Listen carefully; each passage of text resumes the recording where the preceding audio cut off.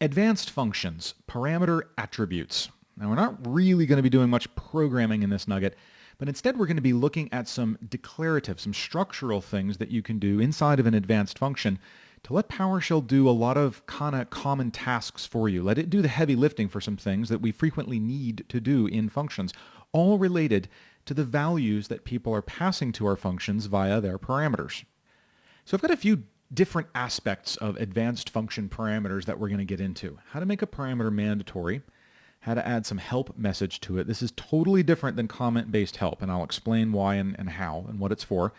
How to define the position for a positional parameter.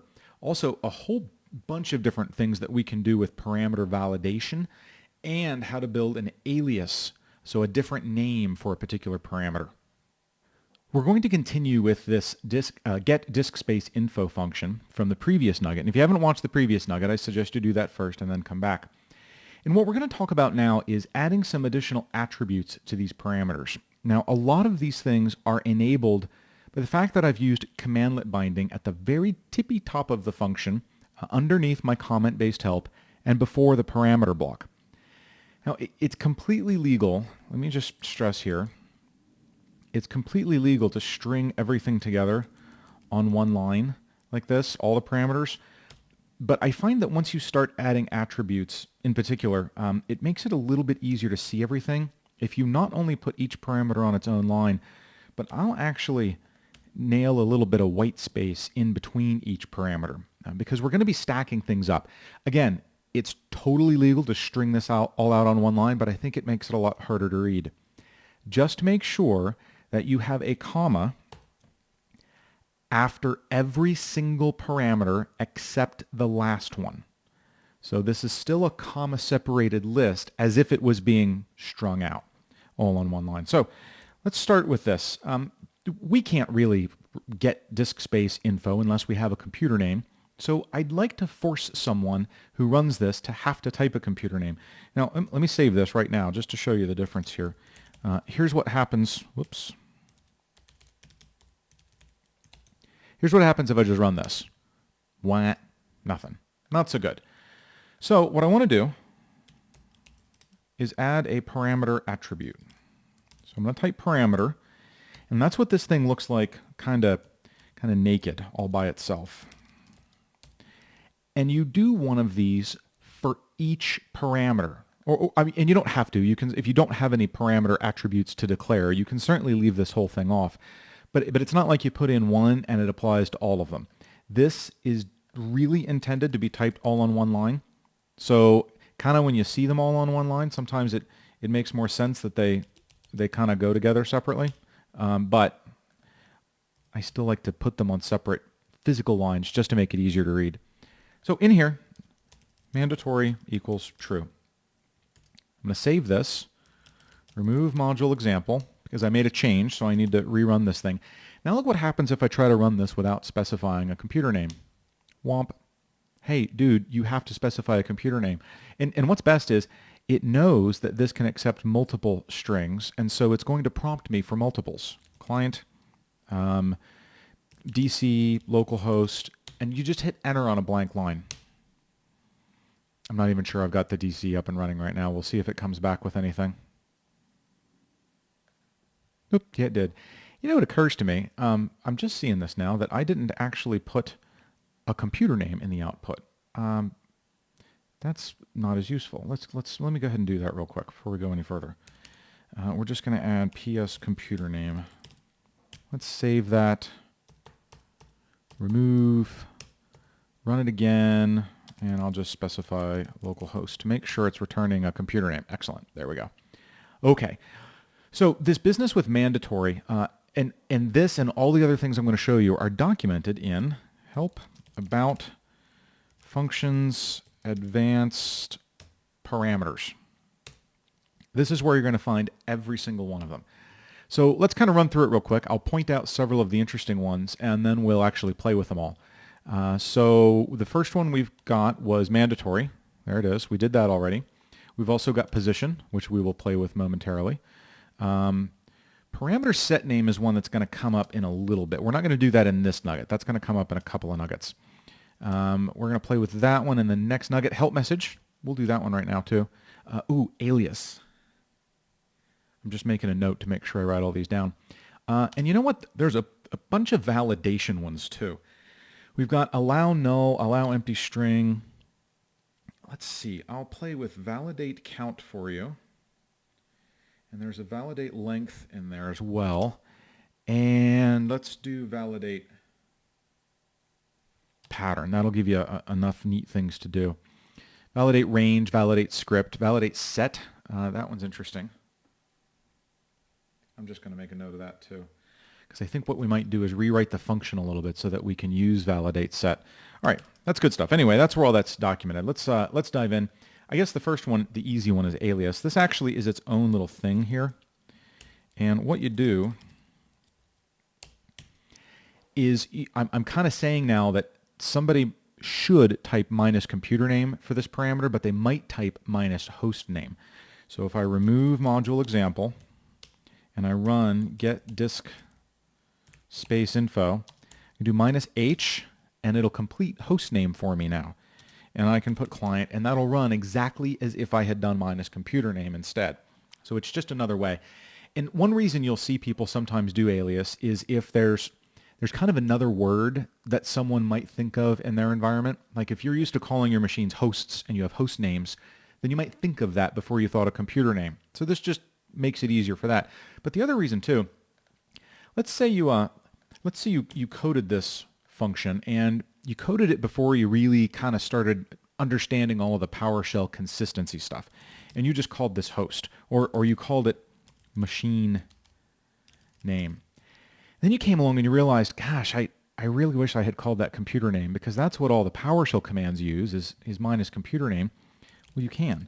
You can put minus computer name in, except now anybody who was using this, who maybe had written scripts that used minus machine name, they're going to break. Well, no, they don't have to. There you go. You actually see this in a lot of PowerShell's own built-in commands. For example, on invoke command, when this command was early on in its life, you could do minus command. And at some point they changed the official parameter to script block instead, but minus command is still there. So people who kind of took a dependency on that, they didn't have to go back and rewrite all their scripts. So that's alias. Let's play with position. Position just tells PowerShell what position this is. So I've said that computer name is in position 1. So if I were to do get disk space info and I just put client, it's going to pick that up from position 1 and feed it to computer name. Now, a lot of folks will put these in here not realizing that what I've just done is the default. The first parameter in the list is always position 1.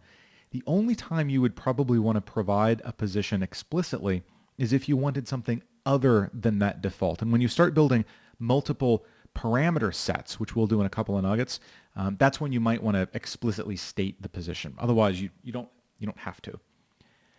Let's do another one here. Help message.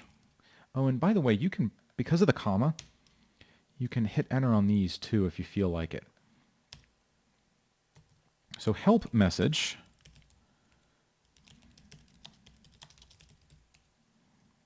is as simple as that. It's just a very, very, very, very brief description of what that parameter is for.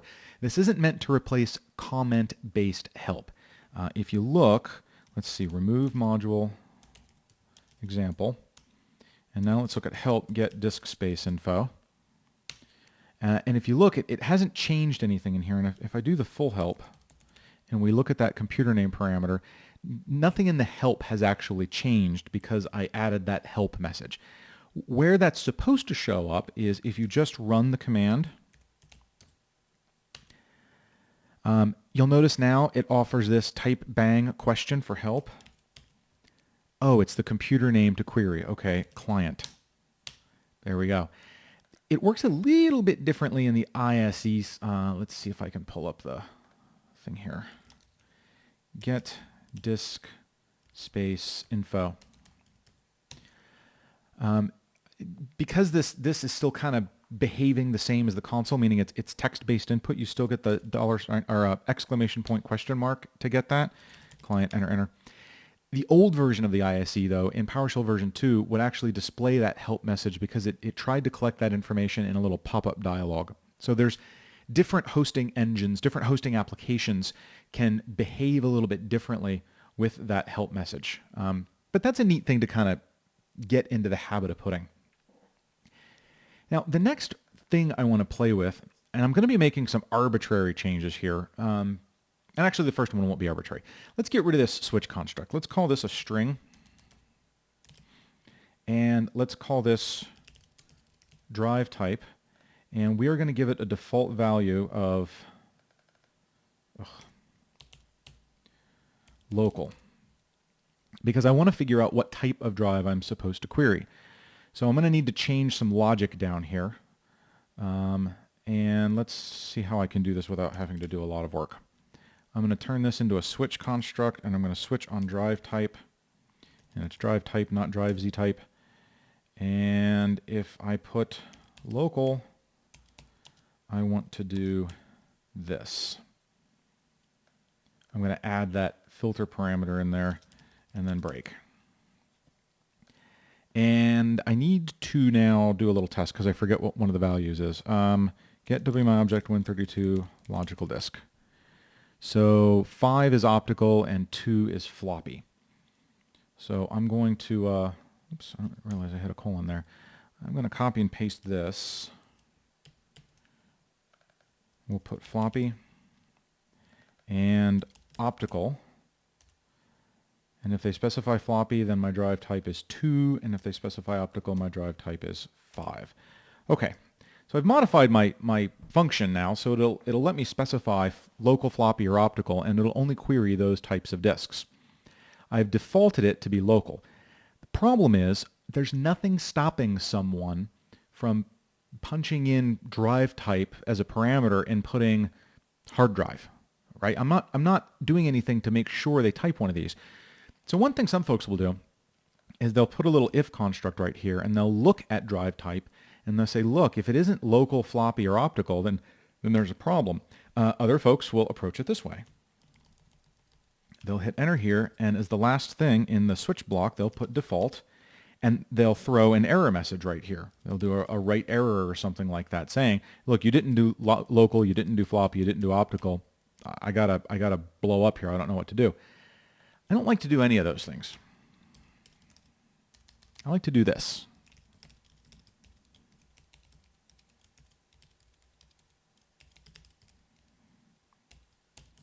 This is telling PowerShell to make sure that before it even runs any of my code, that the input for this parameter be one of these values. So that makes PowerShell do all of the validation. That means if let's remove the module again, get disk space info, that's space info, computer name client, and I'm going to do drive type fixed. Immediately get an error message. The argument fixed does not belong to the set floppy, local, or optical. Oh, now it tells me what the valid values are. Plus, look at this.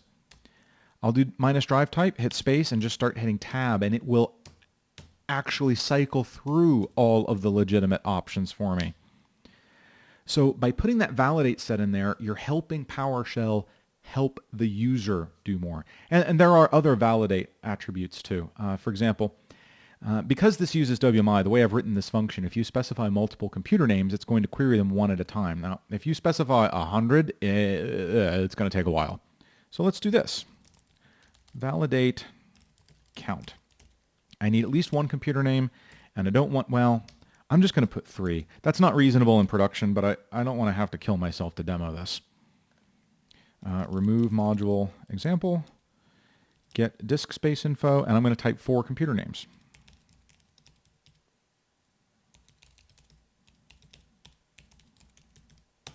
Whoomp. Doesn't even try to execute my code. It just says the supplied number of arguments 4 exceeds the maximum allowed, the maximum allowed 3. So the other one I can put on here, let's see, validate pattern. Now this is going to take a regular expression. Let's say that I want to make sure whoever runs this only tries to query computers in the company.pri domain, and I want to make sure they provide the fully qualified domain name. So what I can do here is say I will accept a regular expression with any number of word characters followed by a literal period, followed by company and a little period .pri. Save it, remove module, rerun it. Now I'm only going to put one computer name, client, but it's going to break because it didn't validate.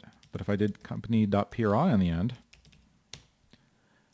now it'll work. It'll at least try to access that computer through company.pri because now it matches that pattern. And then the last one we can throw in here is validate length. I know my computer names are all at least 1 character long, and none of them are longer than 40. So all of these things help PowerShell do a better job of validating input before you actually run any of your code. Now, these things are going to mess me up later. I'm going to do something and forget I put any of these out. So I'm just going to take these out for right now.